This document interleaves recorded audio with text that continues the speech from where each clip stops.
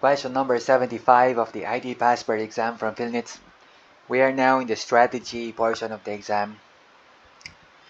In this question, we are being asked, from the viewpoint of corporate governance, which of the following is the most appropriate method of strengthening the functions of monitoring and supervising the decision-making process of the management? Okay, let's highlight a few keywords. We need to strengthen the functions of monitoring and supervising the decision-making process of the management. Okay, I think I remember about half a year ago I was also answering this question and I quickly got the correct answer. This time I also was answering this just a while ago and I picked the correct answer. I chose letter C, which is also the correct answer that I chose the first time I had this question. Let's see why letter C is the best answer. And to do that, let's look at the first letter, which is letter A. It's saying that we install a camera for monitoring the entry and exit of the president's office. I think this one, I think there are people who actually do this. So you might see a lot of the CCTV cameras on somewhere above near the um, near the president's office or somewhere like that. But I think if we are gonna do mm, corporate governance and we want to strengthen the functions of monitoring supervising, this one might not really be the best answer, although I think there are people who do this. So we can put this like this first, we put a mark there and go back to it later on, but it looks like there might be a better answer than having some kind of surveillance on the president's office. Okay, so letter B, periodically requesting a private detective to investigate the conduct of the management. I think having an extra guy doing private detective work is not really what we would usually would go for, because it looks like if the person is under investigation in such a way, it's unlikely that the company is doing things the correct way. What I mean is, if you have to reach a point where you gotta hire a private detective, it seems like there's an awfully terrible problem happening, and the management itself within the organization couldn't handle it. The company would need to hire an outside uh, a person who has his own private detective office or something like that, and we'll need to get hold of that guy to actually investigate.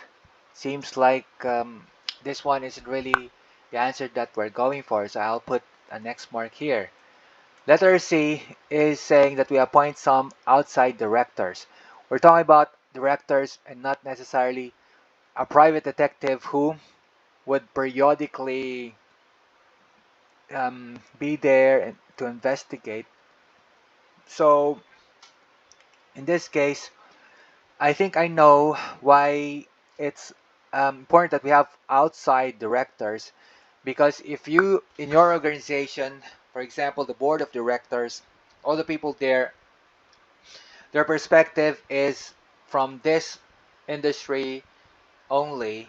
What you want is to get a lot of people who um, will be affected when we do some kind of service, when we make a product, and so we need to get their point of view, their perspective too. So it's usually best to see whether um, the other guys from other fields would be able to find value in whatever we're working on. So hiring outside directors, putting them in your board seems to be um, what companies are doing. And I do remember certain even educational institutions.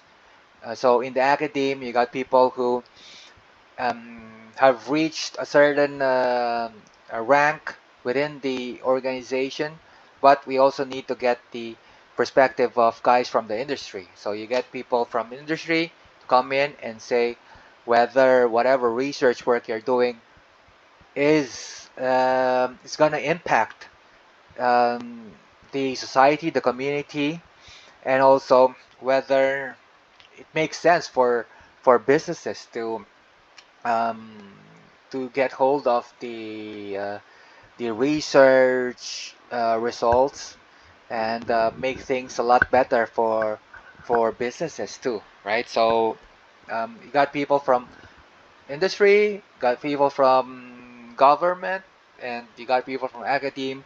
So you get a whole spectrum of perspectives on how things might end up um, if you do a certain action and what they think about certain choices that if we do this, this is what will likely happen. If we get the other thing, go get the other choice, then it looks like from the business perspective, it doesn't make any financial sense. Okay, so the last choice is letter D, and it's saying that we employ law school graduates as members of the internal audit department. I think this is also not correct because usually you get law school graduates to work on the corporate related lawyer work, and because we're talking about the internal audit department, seems like you'd likely need some guy with experience if you're going for um, a person with background in law, or you get a guy who's doing the accounting. And I think usually you get guys doing the accounting. Um, could be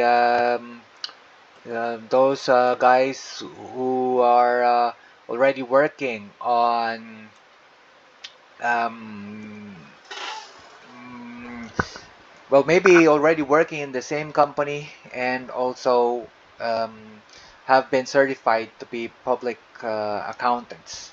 Of course, there's another type of auditing, which is an external type of auditing, and we need that because um, within a company, we have this idea how the computations are, but of course, we get an outside audit department, then they could provide feedback on whether what we're doing is correct or what we're doing, the numbers that we have actually um, add up or not.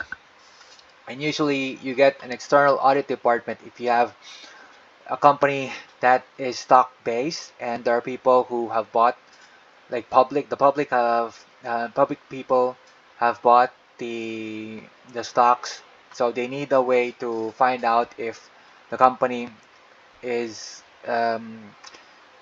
saying the numbers correct or they're fabricating the numbers. So a public company, when a public company gets people who buy the stocks and become shareholders, usually you'll also receive some kind of letter about things like the auditing. Do you agree with getting this outside auditing office to do the work or not, and among other choices? Okay.